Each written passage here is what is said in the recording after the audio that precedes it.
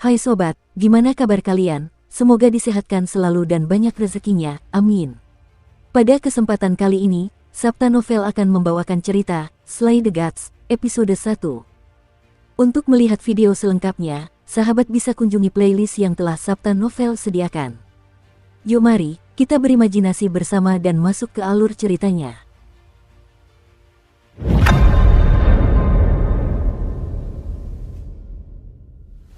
Sekarang bulan Agustus, tetes, tetes, suara hingar-bingar jangkrik bercampur dengan suara klakson mobil bergema di sepanjang jalan, yang seakan berkelok-kelok saat matahari memanggang aspal berwarna kelabu.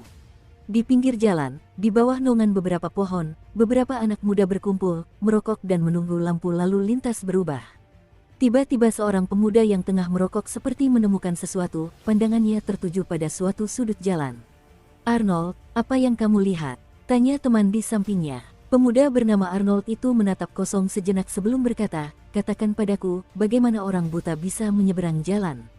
Temannya tertegun, ragu sejenak, lalu perlahan membuka mulutnya. Umumnya, orang tunanetra pergi keluar ditemani orang lain, atau punya anjing pemandu untuk menuntun mereka, atau mungkin juga mengandalkan pengumuman suara di pinggir jalan seperti di kota-kota modern. Kalau itu tidak memungkinkan, mungkin mereka bisa mengandalkan suara dan tongkat untuk bergerak sedikit demi sedikit. Arnold menggelengkan kepalanya.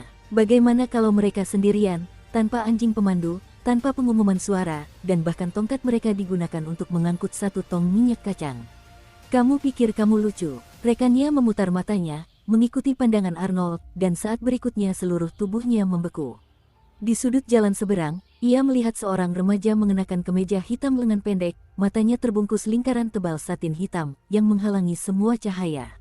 Di tangan kirinya, ia menenteng sekantong belanjaan murah berisi sayur-sayuran, dan di tangan kanannya, ia memegang tongkat di bahunya seperti tongkat kayu, dan di ujung tongkat itu, ada tong minyak kacang berwarna kuning yang berkilau di bawah sinar matahari. Mata terbungkus satin hitam, tongkat buta di bahunya, sayur-sayuran di tangan kirinya, dan tangan kanannya menopang tong minyak di ujung tongkat. Gambar aneh ini langsung menarik perhatian banyak orang di sekitarnya. "Oh, lihat, pria itu sangat aneh. Bisakah kamu melihat jalan dengan mata yang terbungkus kain?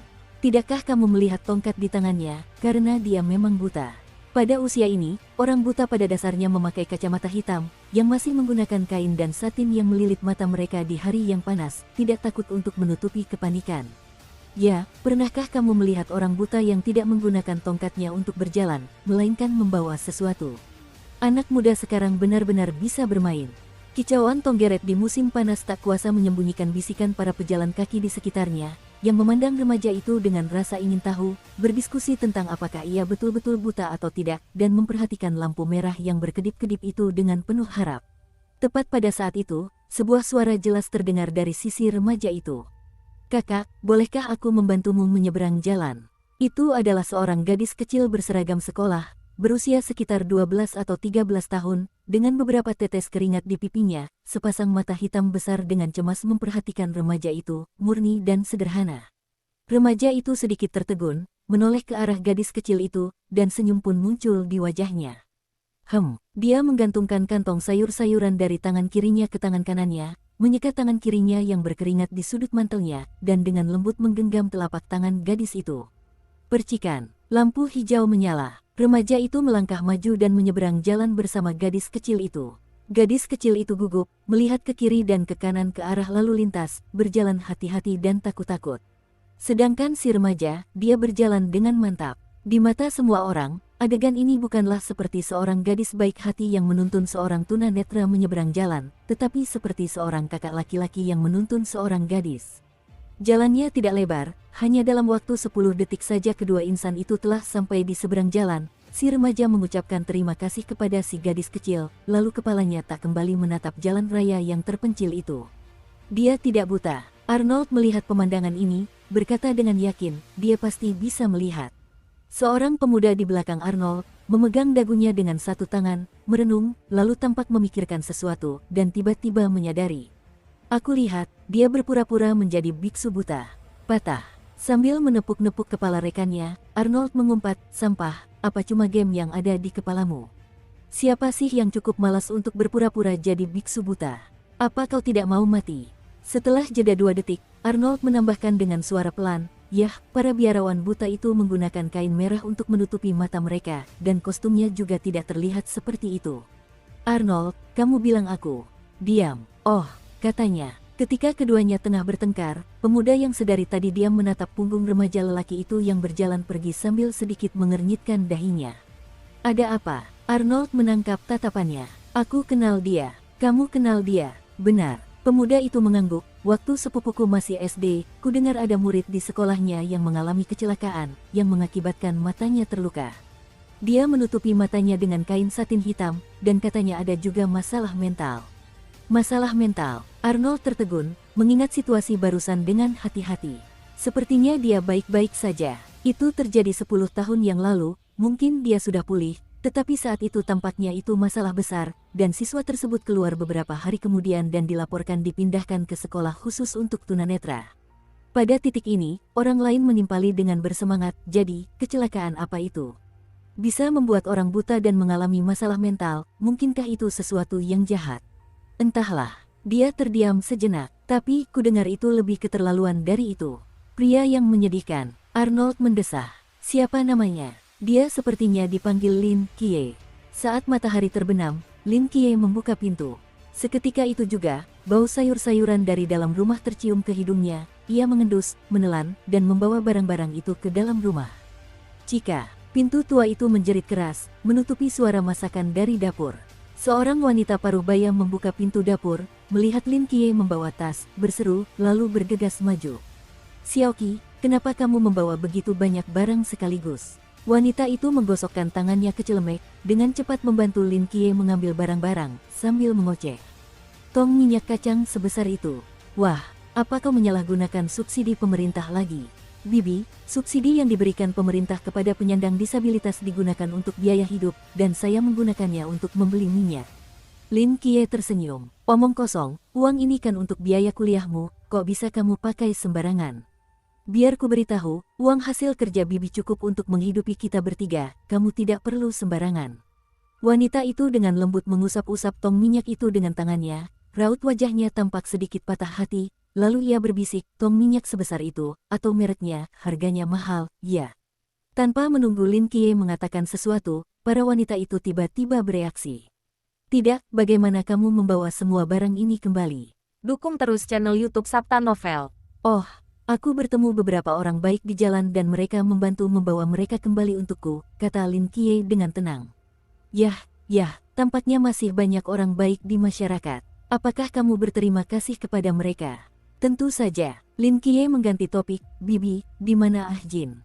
Dia sedang mengerjakan PR di balkon. Ngomong-ngomong, tahun ini dokter dari rumah sakit jiwa datang untuk pemeriksaan rutin dan sedang beristirahat di dalam. Kamu pergi ke dokter, bibimu akan memasak dulu dan meneleponmu kalau makanannya sudah siap. Langkah Lin Qiye terhenti sebentar, mengeluarkan suara, oh, lalu berbalik menuju kamar tidur. Halo, saya dokter dari rumah sakit jiwa Sunsin. Nama saya Li. Melihat Lin Qiye masuk, seorang pemuda yang duduk di bangku kecil di kamar tidur berdiri, dengan lembut membuka mulutnya, wajahnya mengenakan sepasang kacamata berbingkai hitam besar, terlihat si Wen-Wen. Lin Qiye mengangkat alisnya, bukankah seharusnya dokter? Han, dokter. Han dipromosikan menjadi wakil presiden tahun lalu. Dokter, Li tersenyum, sedikit iri di matanya. Aku mengerti. Lin Qiye mengangguk sedikit. Dokter, Han sudah lanjut usia dan memiliki keterampilan medis yang luar biasa, jadi tidak mengherankan jika ia dipromosikan menjadi wakil presiden. Tentu saja, seorang dokter muda akan menggantikannya untuk melakukan pemeriksaan rutin. Melihat Lin Qiye duduk, dokter, Li berdeham, lalu mengeluarkan setumpuk berkas dari tasnya. Maaf, karena saya baru datang ke sini, saya belum tahu banyak tentang situasi Anda. Izinkan saya memahaminya dulu, ujar dokter. Li dengan nada meminta maaf. Lin Qiye mengangguk. Namamu, Lin Qiye. Itu benar. Kamu berusia 17 tahun ini. Ya, baiklah, di sini tertulis bahwa kamu menjadi buta 10 tahun yang lalu dan dibawa ke rumah sakit kami karena beberapa masalah. Itu benar, dokter. Li terdiam sejenak. Apakah Anda sudah mengganti nama Anda? Tidak, kenapa kau bertanya? Lin Qiye tertegun. Dokter Li menggaruk kepalanya sedikit malu. Kurasa aku terlalu memikirkannya. Dia mengulurkan tangannya, menunjuk usia di rekam medis, dan menunjuk 3 kata 10 tahun yang lalu. Begini, kamu buta 10 tahun yang lalu, waktu kamu berumur 7 tahun. Kebetulan namamu Lin Qiye, jadi aku menduga mungkin kamu mengganti namamu setelah kehilangan penglihatanmu.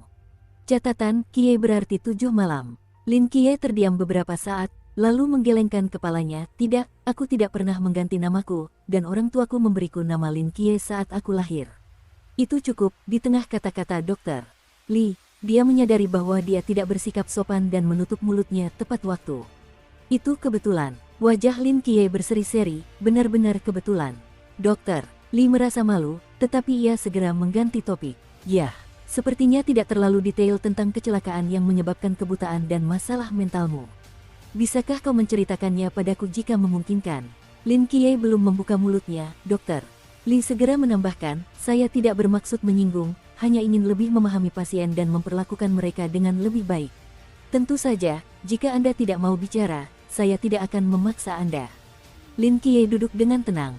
Di balik kain satin hitam, matanya tampak sedang mengamati Dokter Lee. Setelah beberapa saat, dia berbicara perlahan. Tidak ada yang tidak bisa dikatakan, tapi kamu mungkin tidak mempercayainya, dan kamu bahkan mungkin mengirimku kembali ke rumah sakit jiwa. Tidak, jangan anggap hubungan kita seperti dokter dan pasien. Itu cuma obrolan biasa antar teman. Nggak akan sampai sejauh itu. Aku akan percaya kalau kamu bilang kamu ditarik ke tungku oleh orang tua, kata Dokter Lee, setengah bercanda. Lin Qiye terdiam sejenak, lalu mengangguk kecil. Saat saya masih kecil, saya menyukai astronomi. Kemudian, malam itu, aku berbaring di atap rumah lamaku dan memandangi bulan. Apa yang kau lihat? Kelinci bulan. Dokter Lee tertawa. Lin Qiye menggelengkan kepalanya. Kalimat berikutnya membuat Dokter Lee tersenyum kaku di wajahnya. Tidak, aku melihat malaikat. Lin Qiye membuka mulutnya dengan serius, dan tangannya masih di depannya. Serafim dengan 6 sayap putih dalam cahaya keemasan. Ruangan itu menjadi hening sejenak. Beberapa detik kemudian, Dokter Lee tersadar. Seraf, itu benar. Apa yang sedang dia lakukan?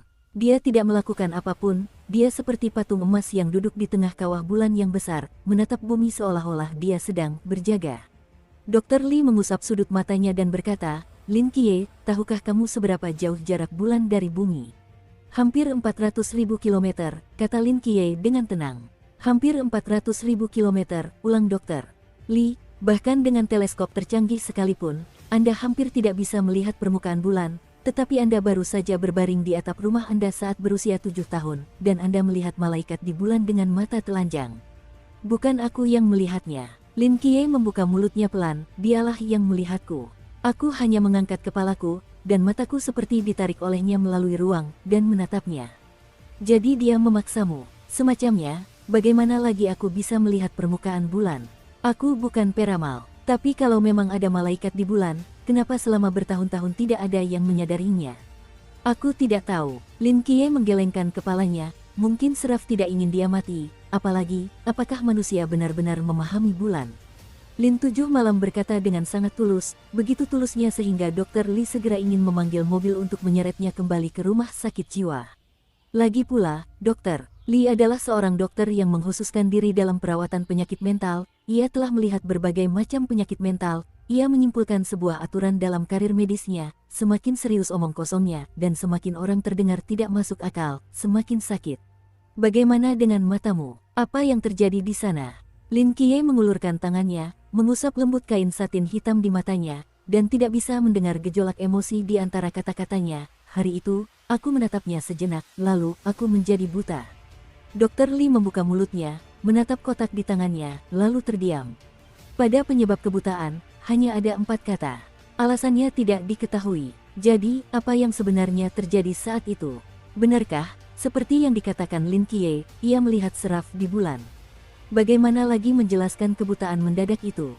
Ide itu hanya muncul sesaat, lalu Dokter Lee menepisnya. Nyaris saja, hampir lolos dari pasien gangguan jiwa. Dia hampir bisa membayangkan betapa terkejutnya wajah para dokter ketika Lin Qiye, seorang pemuda yang telah kehilangan penglihatannya 10 tahun lalu, mengucapkan kata-kata itu di depan mereka. Tidak heran jika anak itu ditahan di luar kehendaknya, tetapi sejauh yang kita tahu, apa yang dikatakannya adalah apa yang akan dikatakan oleh seorang psikopat. Ada banyak orang seperti itu di halaman.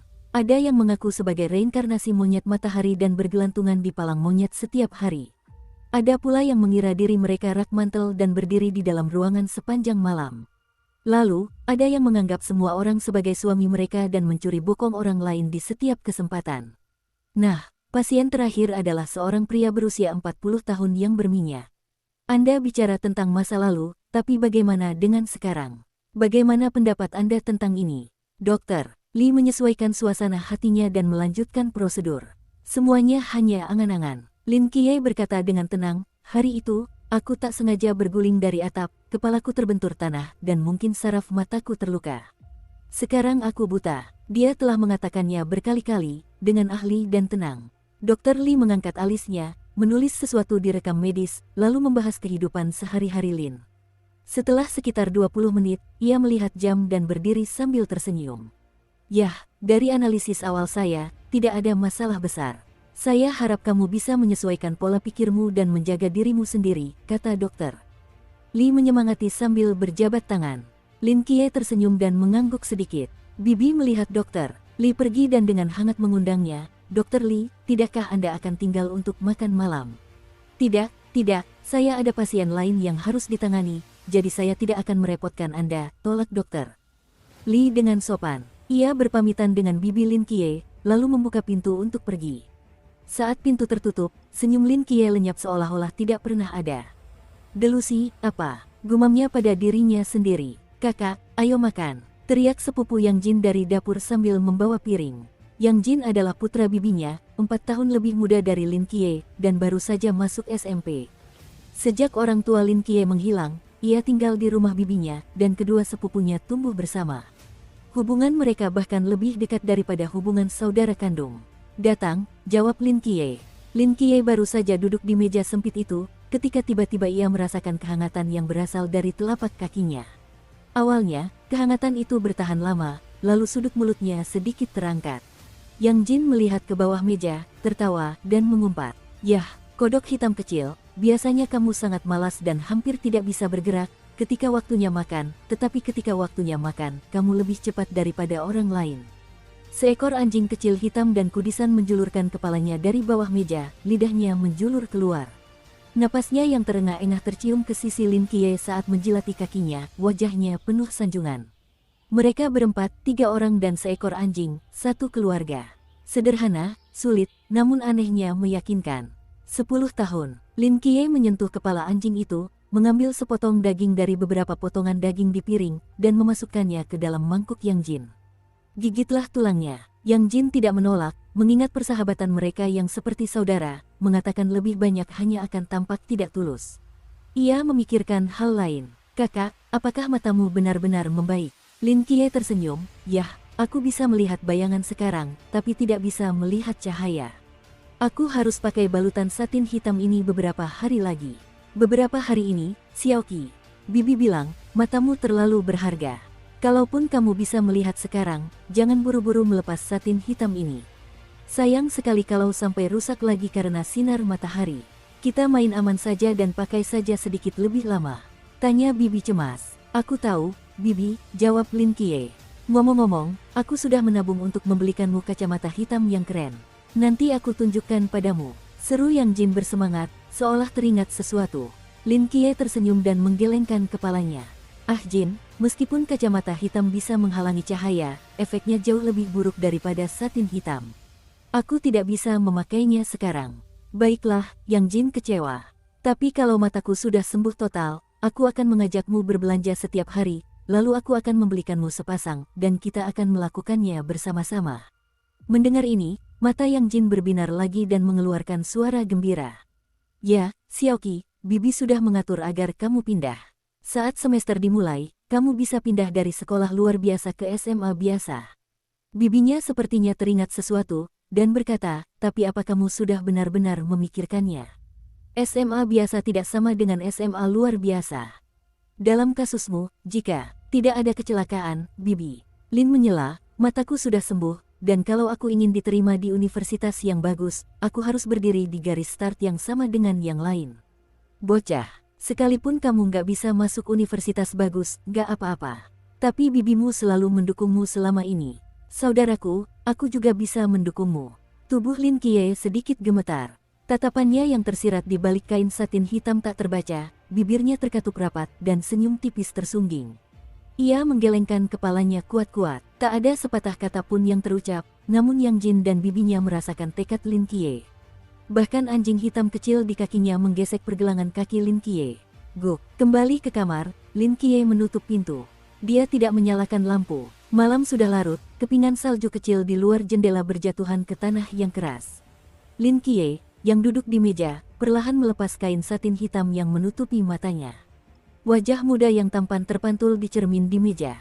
Lin Qiye sangat tampan. Jika Anda melepas penutup mata satin hitamnya, dengan temperamennya yang dingin dan dalam, Lin Qiye jelas merupakan pria tampan biasa. Sayangnya, matanya yang selalu terbungkus satin ditambah dengan identitasnya sebagai penyandang disabilitas benar-benar menutupi penampilannya. Di cermin, mata Lin Qiye terpejam. Dahinya berkerut sedikit, kelopak matanya yang tertutup bergetar, dan tampak seolah-olah dia berusaha membukanya, sambil mengepalkan tangannya sambil berjuang. 1 detik, 2 detik, 3 detik. Tubuhnya bergetar cukup lama, dan akhirnya tidak dapat menahannya. Lin Qiye tiba-tiba lemas, terengah-engah. Beberapa tetes keringat membasahi pipi Lin Qiye, dan kemarahan muncul di antara alisnya. Dengan jarak sehelai rambut, dia sedekat ini. Mengapa selalu begitu dekat? Kapan dia akan membuka matanya lagi dan melihat dunia sendiri? Dia bilang dia bisa melihat sekarang. Dia bohong. Dia tidak bisa membuka matanya, sedikit pun tidak. Tapi dia tidak berbohong. Karena meskipun matanya tertutup, ia bisa melihat segala sesuatu di sekitarnya dengan jelas. Perasaan ini sungguh luar biasa. Seolah-olah memiliki mata di seluruh tubuhnya, Lin Qiye dapat melihat segalanya tanpa titik mati dan dengan lebih jelas daripada mata aslinya. Pada awalnya ia tidak dapat melihat, dan selama 5 tahun pertama kebutaannya ia tidak berbeda dengan orang buta lainnya, yang melihat dunia hanya dengan suaranya dan tongkat di tangannya. Namun karena suatu alasan, sekitar 5 tahun lalu, matanya mulai berubah dan dia tidak dapat melihat sekelilingnya. Pada awalnya, ia hanya bisa melihat beberapa sentimeter di depannya, namun seiring berjalannya waktu, ia mulai bisa melihat pada jarak yang semakin jauh dan penglihatannya pun menjadi semakin jelas. 5 tahun kemudian, jangkauan yang bisa ia lihat telah mencapai 10 meter. Jika orang normal hanya dapat melihat sejauh 10 meter, maka mata mereka pada dasarnya tidak berguna, tetapi bagi seorang remaja yang telah kehilangan cahaya dunia, 10 meter itu dapat berarti segalanya. Yang terpenting, 10 meter yang bisa ia lihat tidak terhalang oleh rintangan. Dengan kata lain, dalam radius 10 meter, ia bisa melihat tembus pandang benda-benda, tetapi pada tingkat yang lebih tinggi, ia bisa melihat setiap partikel debu yang melayang di udara, setiap bagian di dalam mesin, dan setiap trik sulap yang dilakukan pesulap di bawah meja mereka. Dan sumber kemampuan ini tampaknya adalah mata Lin Qiye, yang telah tertutup selama 10 tahun di bawah penutup mata satin hitamnya.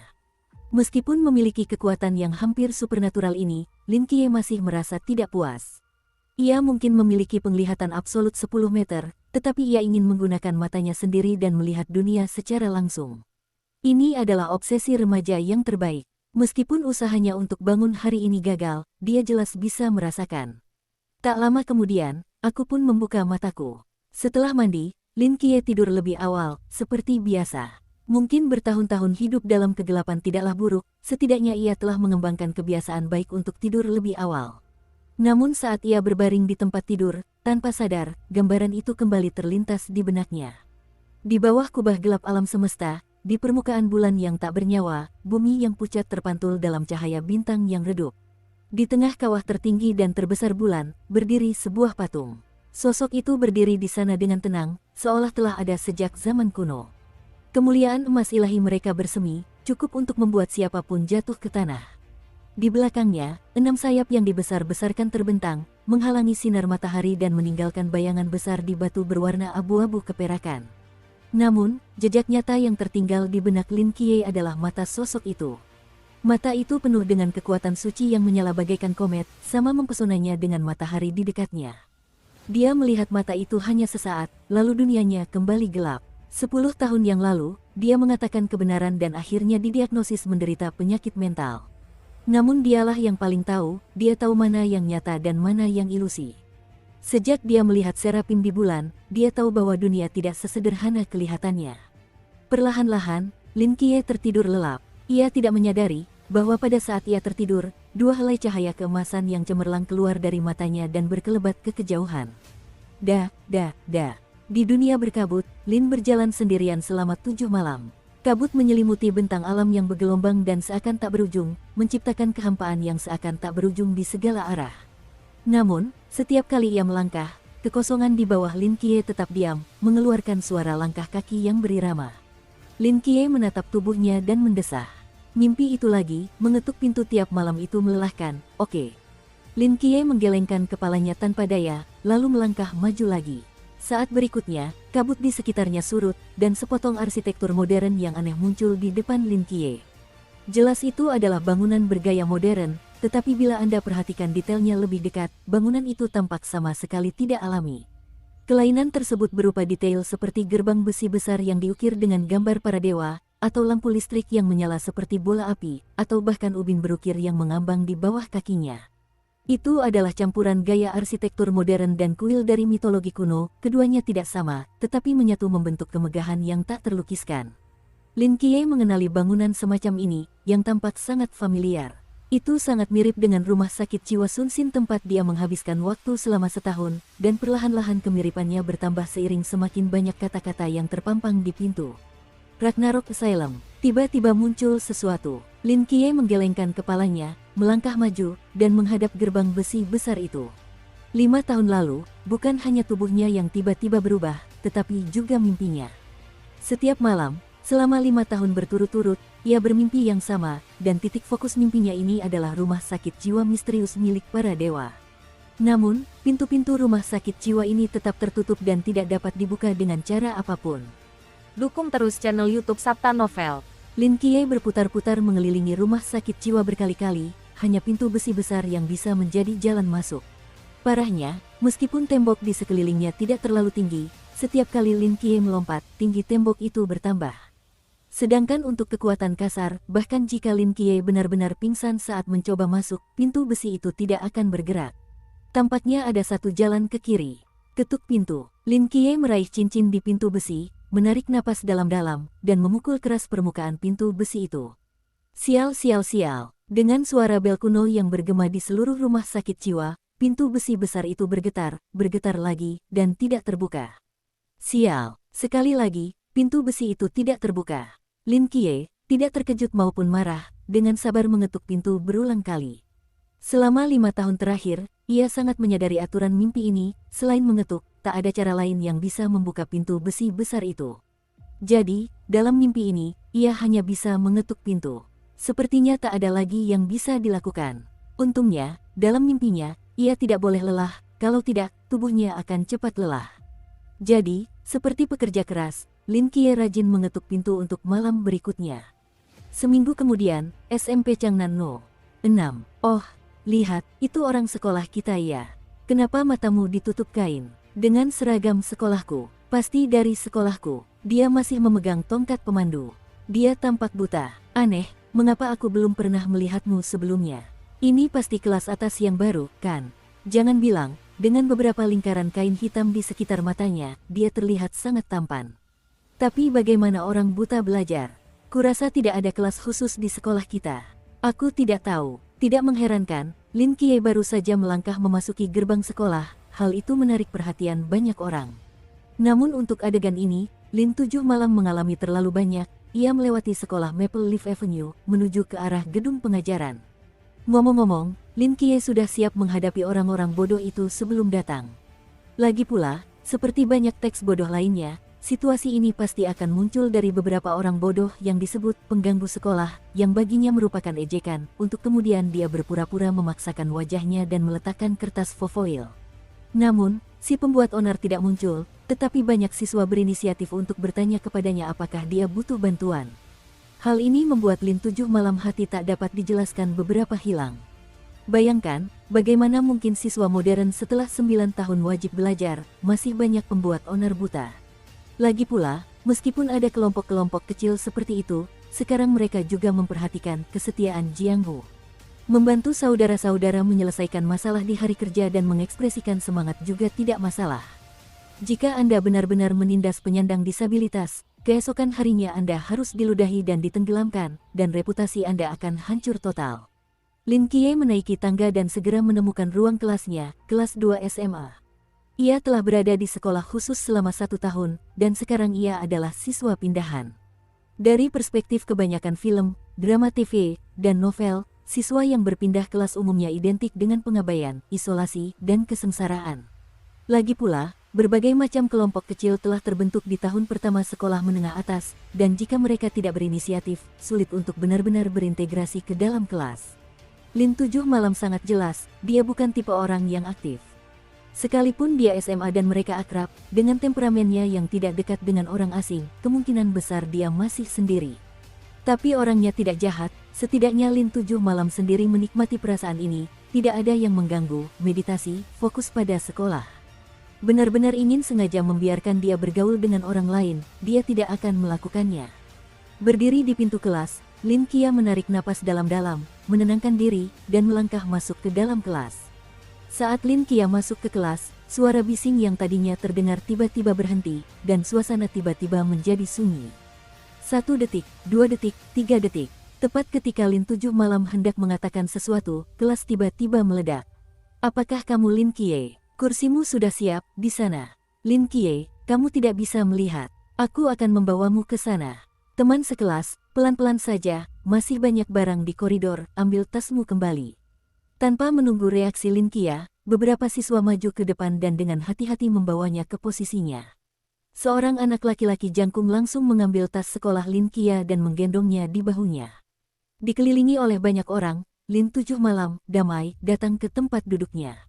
Lin Qiye, apa bedanya dengan naskahnya? Teman sekelas Lin Qiye, aku ketua kelas Jiang Qian, siapapun bisa menemukanku.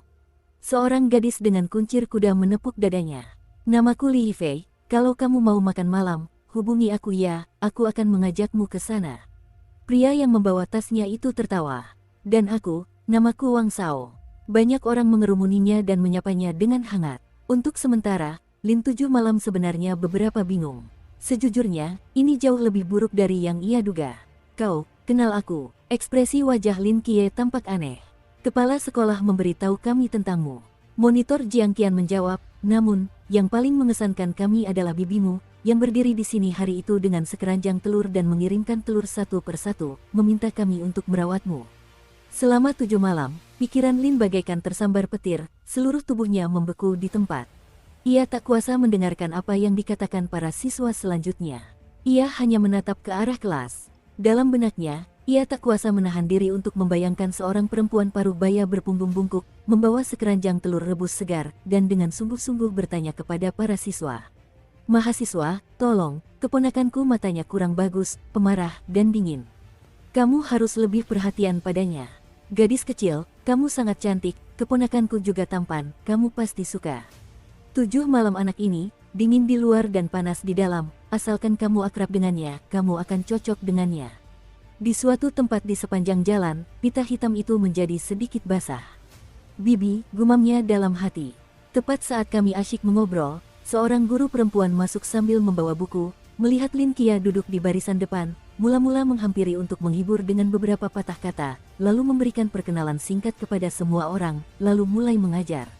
Buka buku kalian di halaman 91, dan hari ini kita akan membahas sejarah dan dilema baktria modern. Tampaknya karena 7 malam tambahan di hutan, hari ini guru tersebut mengabaikan proses membaca sekilas buku teks dan langsung menjelaskan isi buku. 100 tahun yang lalu, terdapat lebih dari 200 negara di bumi, tersebar di 7 benua dan 4 samudra, dengan adat istiadat dan budaya yang berbeda-beda. Bahkan di era ketika ilmu pengetahuan dan teknologi belum berkembang, kita masih dapat bepergian ke berbagai negara dengan kapal dan merasakan benturan antar budaya. Namun, pada tanggal 9 Maret kabut misterius muncul dari udara tipis di Antartika dan menyebar dengan kecepatan yang mengkhawatirkan, menyelimuti hampir 98% bumi hanya dalam 24 jam. Gedung-gedung tinggi yang dibangun manusia, hutan purba yang telah ada sejak lama, lautan tak berdasar, semuanya tertutup kabut, banyak negara hilang dalam kabut, tak ada berita. Namun ketika kabut aneh ini hendak menyerbu tanah Baktria, semuanya terhenti. Tidak ada yang tahu kenapa, tapi tiba-tiba berhenti dengan aneh. Selama 100 tahun terakhir, banyak teori dan dugaan telah diajukan. Ada yang mengatakan bahwa kabut ini sebenarnya adalah makhluk yang telah menelan 98% bumi dan hanya cukup makan, sehingga berhenti di dekat Bactria. Ada yang mengatakan bahwa kabut ini terbentuk karena medan magnet khusus di Bactria, yang mencegah penyebaran kabut. Ada pula yang mengatakan bahwa kabut ini adalah akumulasi endapan musim panas saya selama 5.000 tahun, yang melindungi daratan ini.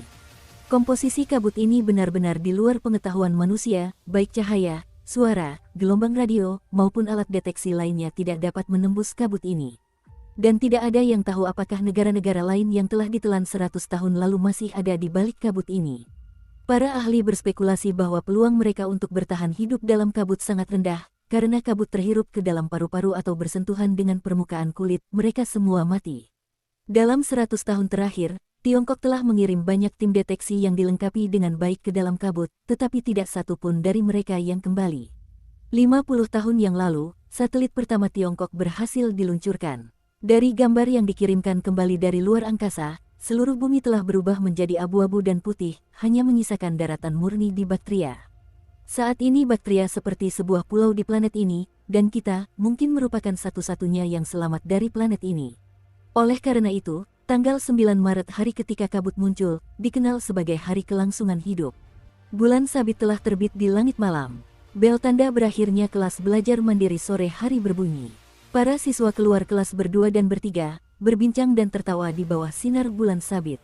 Inilah saat-saat paling santai mereka setelah seharian menderita. Tidak akan ada PR atau omelan guru setelah waktu belajar sore ini. Hanya ditemani beberapa teman untuk mengobrol dalam perjalanan pulang dan setelah berendam air hangat, mereka dapat beristirahat dengan nyaman di tempat tidur. Bukankah ini kebahagiaan? Di tengah kerumunan yang tersebar ini, sekelompok besar lebih dari selusin orang bergerak keluar dari kompleks sekolah, rapi dan mantap menuju gerbang sekolah. Di tengah kerumunan ini, seorang pemuda yang matanya terbungkus satin hitam tampak seperti isian pangsit, terbungkus rapat. Tim sebesar itu langsung menarik perhatian semua siswa di sekitarnya. Sebenarnya, aku bisa pulang sendiri, percayalah. Mulut Lin Qiye sedikit berkedut melihat sikap protektif mereka yang berlebihan terhadapnya. Lin Qiye berkata tanpa daya sambil sedikit membuka mulutnya, aku bisa melihat sedikit dengan merasakan bayangan di sekitarku, tetapi mataku tidak tahan dengan cahaya. Jangan katakan apa-apa tentang itu, teman sekelas Lin. Jiang Qian menyela kata-kata Lin Qiye, dan berkata dengan tegas, kami berjanji pada bibimu bahwa kami akan menjagamu dengan baik, dan kami akan melakukannya. Ya, dan Lin Qiye, dia benar karena rumah kita berada di arah yang sama sehingga akan berada di jalan, kata siswa lain. Aku juga sedang dalam perjalanan. Lin Qiye, sejujurnya dia lebih suka tetap terisolasi dari yang lain. Berada dalam kegelapan untuk waktu yang lama terasa familiar. Dia tidak terbiasa dengan perasaan diperhatikan oleh terlalu banyak orang, yang membuatnya merasa sangat tidak nyaman. Tentu saja, Bibi dan Yang Jin tidak termasuk dalam sifat introvertnya karena mereka adalah keluarganya.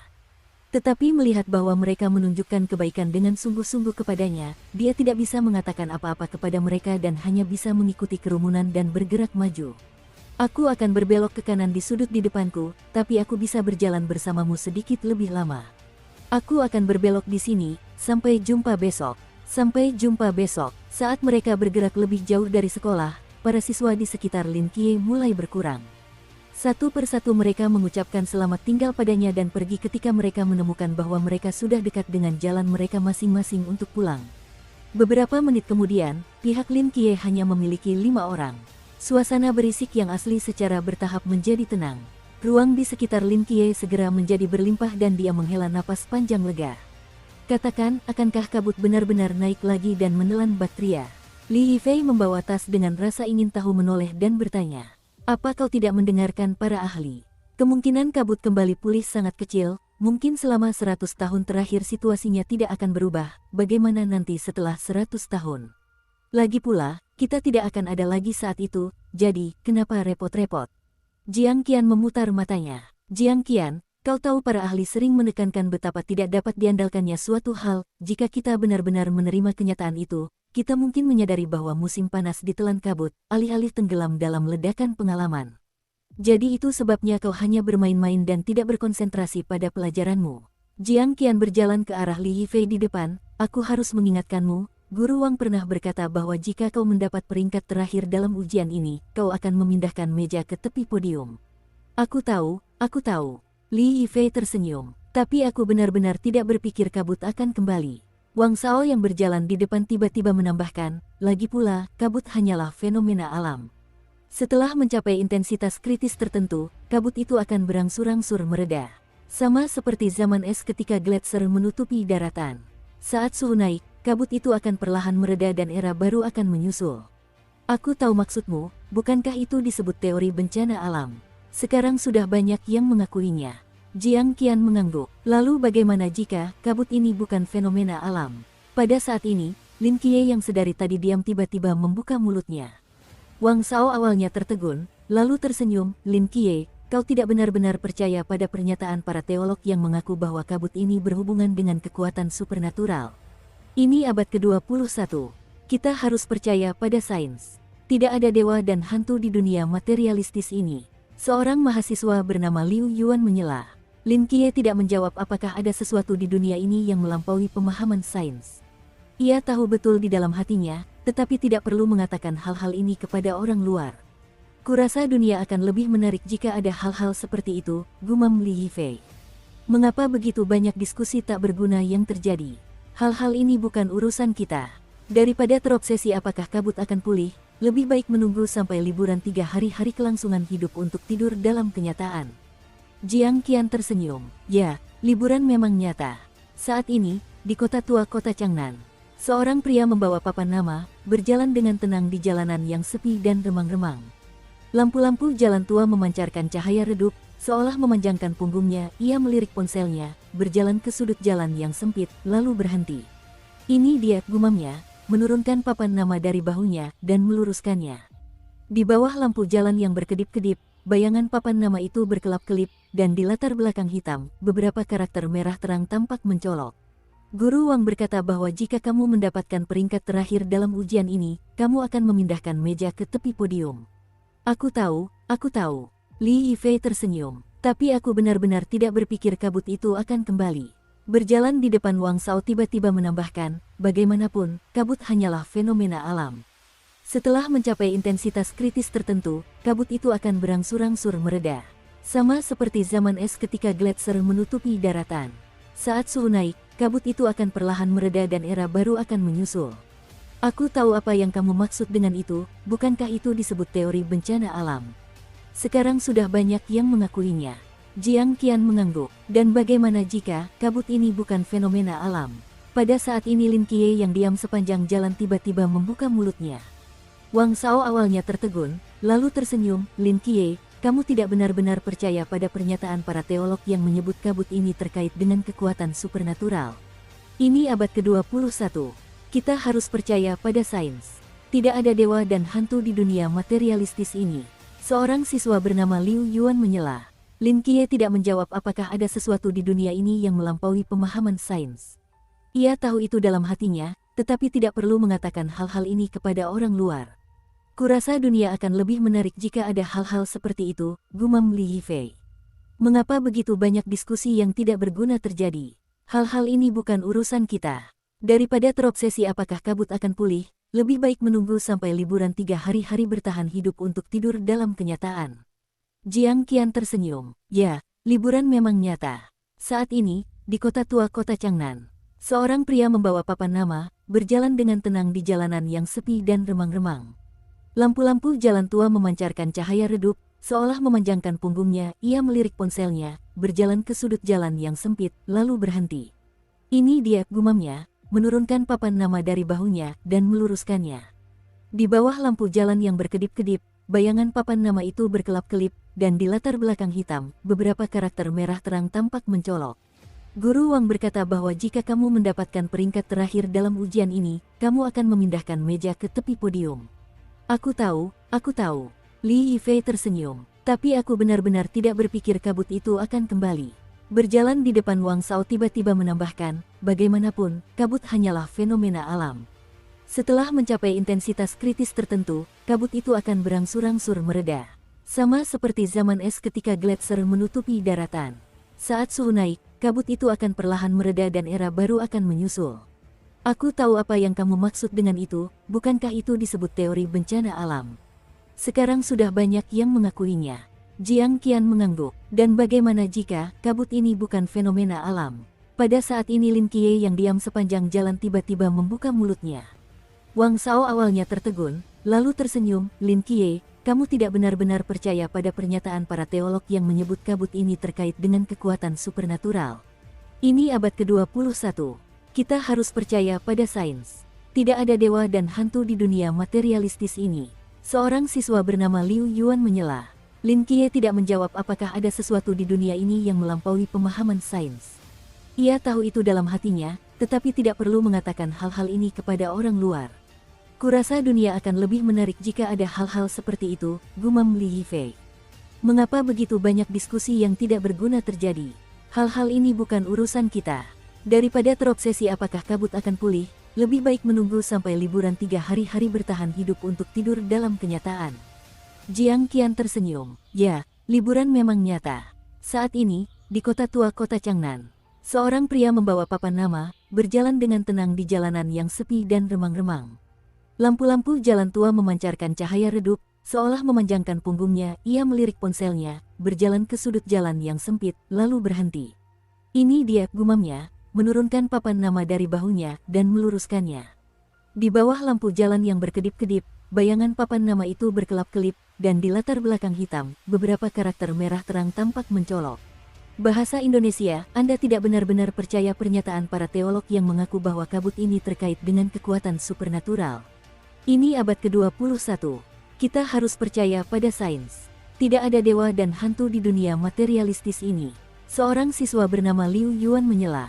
Lin Qiye tidak menjawab apakah ada sesuatu di dunia ini di luar pemahaman sains. Dukung terus channel YouTube Sabta Novel. Dia tahu itu yang terbaik di dalam hatinya tetapi tidak perlu mengatakan hal-hal ini kepada orang luar. Saya pikir dunia akan lebih menarik jika ada hal-hal seperti itu, gumam Li Yifei. Mengapa begitu banyak diskusi yang tidak berguna terjadi? Hal-hal ini bukan urusan kita. Daripada terobsesi apakah kabut akan pulih, lebih baik menunggu sampai liburan 3 hari bertahan hidup untuk tidur dalam kenyataan. Jiang Qian tersenyum. Ya, liburan adalah hal yang nyata. Saat ini, di kota tua kota Changnan, seorang pria membawa papan nama, berjalan dengan tenang di jalanan yang sepi dan remang-remang. Lampu-lampu jalan tua memancarkan cahaya redup, seolah memanjangkan punggungnya. Ia melirik ponselnya, berjalan ke sudut jalan yang sempit, lalu berhenti. Ini dia, gumamnya, menurunkan papan nama dari bahunya, dan meluruskannya. Di bawah lampu jalan yang berkedip-kedip, bayangan papan nama itu berkelap-kelip, dan di latar belakang hitam, beberapa karakter merah terang tampak mencolok. Bahasa Indonesia, Anda tidak benar-benar percaya pernyataan para teolog yang mengaku bahwa kabut ini terkait dengan kekuatan supernatural. Ini abad ke-21. Kita harus percaya pada sains. Tidak ada dewa dan hantu di dunia materialistis ini. Seorang siswa bernama Liu Yuan menyela. Lin Qiye tidak menjawab apakah ada sesuatu di dunia ini di luar pemahaman sains. Dia tahu itu yang terbaik di dalam hatinya tetapi tidak perlu mengatakan hal-hal ini kepada orang luar. Saya pikir dunia akan lebih menarik jika ada hal-hal seperti itu, gumam Li Yifei. Mengapa begitu banyak diskusi yang tidak berguna terjadi? Hal-hal ini bukan urusan kita. Daripada terobsesi apakah kabut akan pulih, lebih baik menunggu sampai liburan 3 hari bertahan hidup untuk tidur dalam kenyataan. Jiang Qian tersenyum. Ya, liburan adalah hal yang nyata. Saat ini, di kota tua kota Changnan, seorang pria membawa papan nama, berjalan dengan tenang di jalanan yang sepi dan remang-remang. Lampu-lampu jalan tua memancarkan cahaya redup, seolah memanjangkan punggungnya. Ia melirik ponselnya, berjalan ke sudut jalan yang sempit, lalu berhenti. Ini dia, gumamnya, menurunkan papan nama dari bahunya, dan meluruskannya. Di bawah lampu jalan yang berkedip-kedip, bayangan papan nama itu berkelap-kelip, dan di latar belakang hitam, beberapa karakter merah terang tampak mencolok. Pria itu bersandar di bawah lampu jalan, menyalakan rokok, menghirupnya dalam-dalam, lalu menyalakan headsetnya. Kapten, rambu ketiga sudah terpasang. Roger Tat, ayo kita mulai. Dengan sebatang rokok di mulutnya, pria itu melangkah ke depan rambu itu, menempelkan ibu jarinya di ujung giginya, dan menggigitnya dengan keras.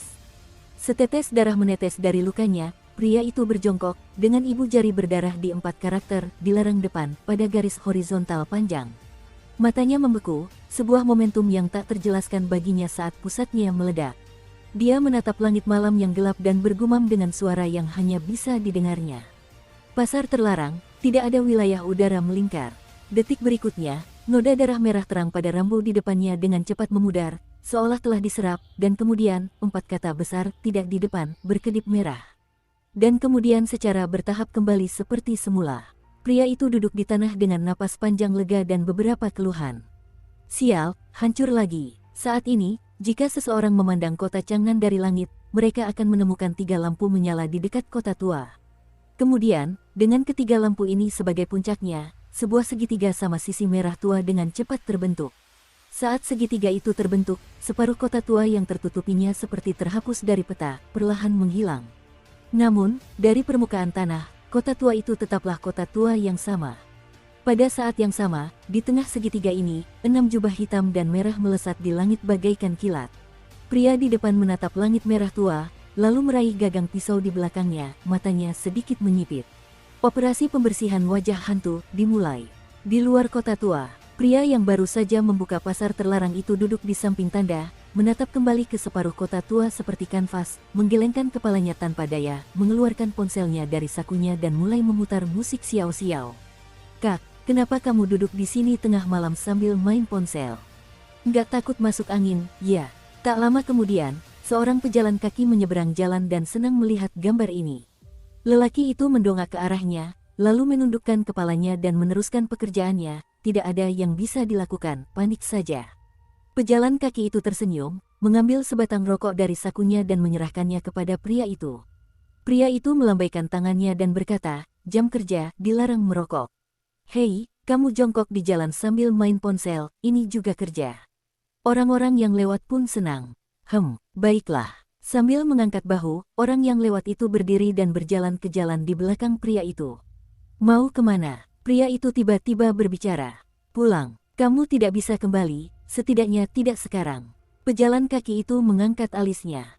Apa maksudmu? Jalan ini sekarang diblokir. Kalian tidak bisa kembali sampai jalannya bersih.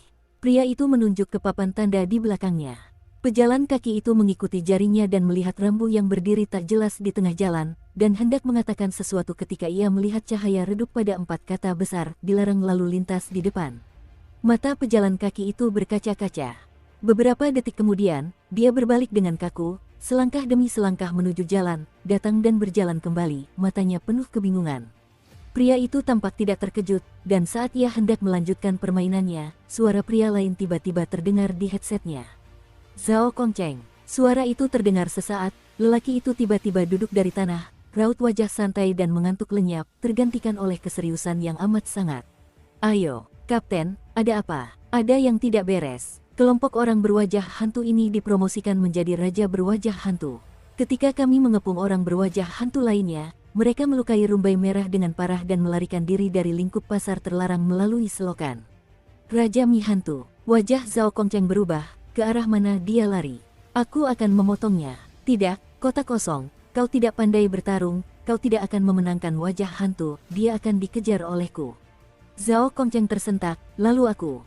Setelah Raja Wajah Hantu melarikan diri, 2 wajah hantu lainnya memanfaatkan kesempatan untuk melarikan diri ke selokan, dan yang lainnya sedang membersihkan wajah hantu yang tersisa. Ke arah mana? Tenggara. Bagus, kata Hermione. Dengan mata berbinar-binar, Tuan Zhao berlari ke ujung jalan yang lain, masuk ke dalam mobil van hitam, menginjak gas, dan melesat pergi di tengah suara gemuruh.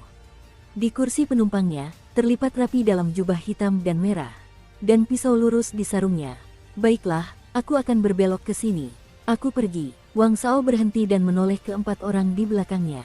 Pada saat ini, Li Yifei tiba-tiba teringat sesuatu dan membuka mulutnya. Wang Shao, jika aku ingat dengan benar, apakah rumahmu di sebelah kota tua? Ya, ada apa? Tidak ada apa-apa. Hati-hati di jalan pulang. Mulut Wang Shao berkedut sedikit, memutar matanya. Kamu punya sesuatu untuk dikatakan, jangan katakan setengah-setengah untuk menahannya, membuat orang merasa aneh. Li Yifei ragu sejenak, kudengar kota tua akhir-akhir ini tidak damai, ada pembunuh psikopat. Pembunuh psikopat, benarkah? Jiang Qian tidak percaya. Tentu saja benar. Li Yifei melihat sekeliling dan merendahkan suaranya. Kau mungkin tidak tahu ini, tapi lebih dari selusin orang telah meninggal di kota tua dalam beberapa hari terakhir. Selusin orang, mustahil. Kalau sampai heboh begini, pasti sudah ada beritanya. Wang Shao menggeleng. Hei, itu tidak mungkin. Kukatakan padamu, ada yang aneh tentang ini. Seseorang dari atas memaksanya turun, dan aku tidak akan tahu kalau ayahku tidak bekerja di kepolisian. Aneh, ada apa? Konon, Li Yifei berhenti sejenak dan sedikit merendahkan suaranya. Konon, seluruh wajah korban dilucuti, hanya menyisakan gumpalan daging berdarah dan mata melotot, dan cara yang dilakukannya sangat biadab. Angin malam yang agak sejuk berhembus, mendengar kalimat ini, tak sedikit orang yang hanya merasakan dingin dari telapak kaki langsung sampai kepala. Li Yifei, apa kau sakit? Bicara seperti itu di malam hari. Wajah Jiang Qian pucat, tanpa sadar ia melihat sekeliling jalan yang sepi, marah. Di sini dekat dengan kota tua, termasuk daerah terpencil kota Changnan, kelas belajar mandiri malam hari lagi sampai hampir pukul 10, bahkan seorang pejalan kaki di jalan, dengan kata-kata Li Yifei benar-benar membuat orang sedikit menakutkan. Bukan hanya dia, tetapi juga Wang Shao dan Liu Yuan, dua pria besar itu, sedikit takut. Wang Shao melirik jalan sempit yang akan diambilnya, dan tiba-tiba merasa bersalah. Jika kata-kata Li Yifei hanya membuat orang sedikit takut, maka kata-kata Lin Qiye berikutnya benar-benar membuat kulit kepala mereka mati rasa. Lin Qiye berpikir sejenak dan membuka mulutnya, apakah kamu yakin, apakah hal-hal ini dilakukan oleh orang-orang? 7 malam, kamu tubuh halus Jiang Qian bergetar. Mulut Wang Shao dan Liu Yuan berkedut sedikit, mata Lin Qiye yang menatap mereka tiba-tiba menjadi aneh. Baiknya kamu, Lin yang bermata sibuk 7 malam, tidak pernah menyangka tempat persembunyian terdalam sebenarnya adalah kamu. Li Yifei menatap Lin Qiye dengan heran, menurutmu begitu? Diam, diam, diam. Jiang Qian benar-benar tidak tahan lagi. Tangannya yang memegang lengan Li Yifei dipelintir dengan keras, dan Li Yifei berteriak kesakitan di tempat. Jangan cerita hantu tengah malam. Aku mau pulang nanti. Li Yifei menutupi lengannya, menyeringai kesakitan, dan berbisik, ini bukan cerita hantu. Wang Shao mengangkat bahunya, tidak denganmu dalam omong kosong ini, lagi pula aku tidak percaya pada hal-hal ini, pergilah. Sosok Wang Shao perlahan menghilang ke gang sempit. Jiang Qian memelototi Li Yifei lagi, berjalan beberapa langkah ke depan, dan tiba-tiba berhenti. Dia mengendus dengan keras, sedikit mengerutkan kening. Dengan sedikit keraguan di matanya, dia berbalik dan berkata, apakah kamu mencium sesuatu yang tidak enak? Bau, kau tahu, bau busuk dari sesuatu yang membusuk. Aku tidak menciumnya. Bagaimana denganmu, Liu Yuan? Aku juga tidak, ih. Liu Yuan dan Li Yifei belum selesai berbicara, wajahnya tiba-tiba berubah, dan dia menutup hidungnya dengan keras dan melihat sekeliling dengan ngeri. Lin Qiye hendak mengatakan sesuatu ketika tiba-tiba tercium bau busuk yang menyengat dari rongga hidungnya. Rasanya seperti sepotong daging yang telah membusuk selama lebih dari 10 hari telah dibuang ke dalam tangki septik, bercampur dengan selusin telur busuk. Hanya dengan menciumnya saja perutnya langsung melilit hebat. Itu adalah bau paling busuk yang pernah dicium Lin sepanjang hidupnya. Adapun Jiang Qian, yang hidungnya paling sensitif, dia berjongkok dan langsung muntah. Sialan, apa yang bau? Teriak Li Yifei sambil menutup hidungnya. Aku tidak tahu. Alis Lin Qiye sedikit berkerut, dan setelah beberapa saat, dia mengulurkan tangannya untuk menunjuk ke gang yang ditinggalkan Wang Shao. Tapi dari arah datangnya bau itu, sepertinya bau itu berasal dari sana. Saat berikutnya, jeritan memilukan bergema di langit malam yang sunyi dari kejauhan. Wang Shao, ketiga Li Yifei mendengar suara familiar itu dan berteriak serempak. Ketiga lelaki itu saling memandang dan mulai berlari ke jalan kecil yang ditinggalkan Wang Shao. Lin 7 malam berdiri sendirian di tempat, mengerutkan kening menatap jalan yang gelap, tampak sedikit bermartabat. Dia tidak tahu apa yang sedang terjadi, tetapi dia punya firasat buruk dalam hatinya. Di luar kota tua, pembunuh psikopat, bau busuk yang menyeramkan, teriakan. Ada sesuatu yang salah. Dia ragu-ragu di tempat untuk sementara waktu, setelah perjuangan psikologis, mendesah tak berdaya, dan akhirnya mengambil tongkat pemandu dan bergegas menuju jalan raya. Kalau keadaannya normal, Lin Qiye menghadapi situasi seperti ini, sama sekali tidak boleh ikut campur, malah akan mulai berlari ke arah berlawanan, seberapa jauh dia harus berlari. Ya, kalau mereka berteriak-teriak, berarti itu bukan hal yang baik. Tidak bagus, itu berarti masalah. Perampokan, pembunuhan, menyaksikan TKP pembunuhan, Lin 7 malam tidak ingin terlibat dengan apapun. Dia tidak begitu penasaran untuk mengetahui apa yang sedang terjadi, saya tidak punya banyak rasa kasihan, saya tidak ingin menjadi pahlawan. Dan yang terpenting, dia tidak bertarung. Bagaimana kalau dia mati di luar sana? Namun situasi ini berbeda. Meskipun Lin Qiye tidak mau mengakuinya, namun kesedihan Wang Shao tidak dapat dihindarinya. Jika mereka tidak mengambil inisiatif untuk mengantar Lin pulang selama 7 malam, mungkin Wang Shao akan kembali dari jalan lain, atau kembali beberapa menit lebih awal, dan tidak akan menghadapi situasi ini. Dia tidak suka kepo, tapi dia lebih tidak suka berhutang budi. Bagaimanapun, dia setidaknya akan pergi dan melihat apa yang terjadi, sebagai bentuk kesopanan, dan melarikan diri jika ada bahaya. Lin Qiye ditutup matanya, tetapi kecepatannya tidak lambat sama sekali, dan semakin dekat dia ke tempat teriakan itu datang, semakin erat alisnya. Baunya semakin kuat. Ah! Jeritan kedua terdengar dari sudut, hanya saja kali ini suara seorang wanita. Jiang Qian. Lin 7 Malam ganas di sudut jalur untuk menghentikan tubuh, persepsi spiritualnya dalam lingkup tiga sosok Jiang Qian. Tidak jauh di depannya, Jiang Qian terkulai lemas di tanah, mulutnya terbuka lebar dan ketakutan melihat ke depan, seluruh tubuhnya gemetar. Di depannya, Liu Yuan dan Li Yifei seperti patung batu yang membeku di sana, mata menatap ke depan, juga gemetar. Melampaui Lin 7 Malam tidak bisa merasakan. Dia tidak bisa membuka matanya, dia tidak bisa melihat dunia dengan penglihatannya sendiri, dan jangkauan persepsi mentalnya hanya 10 meter, jadi itu adalah situasi yang sangat canggung. Dalam jarak 10 meter, dia bisa melihat segalanya, di luar 10 meter, dia adalah orang buta sejati. Jiang Qian 3 orang melihat apa yang akan takut seperti ini. Meskipun dia tidak bisa melihat, pendengarannya sangat peka, dan dia bisa mendengar dengan jelas suara Sosu yang tidak jauh darinya. Rasanya seperti ada yang menggigit sesuatu, sangat liar dan penuh kenikmatan. Kedengarannya seperti anak kecil yang sedang memakan tulang. Apa yang terjadi? Tanya Lin dengan suara rendah 7 Malam.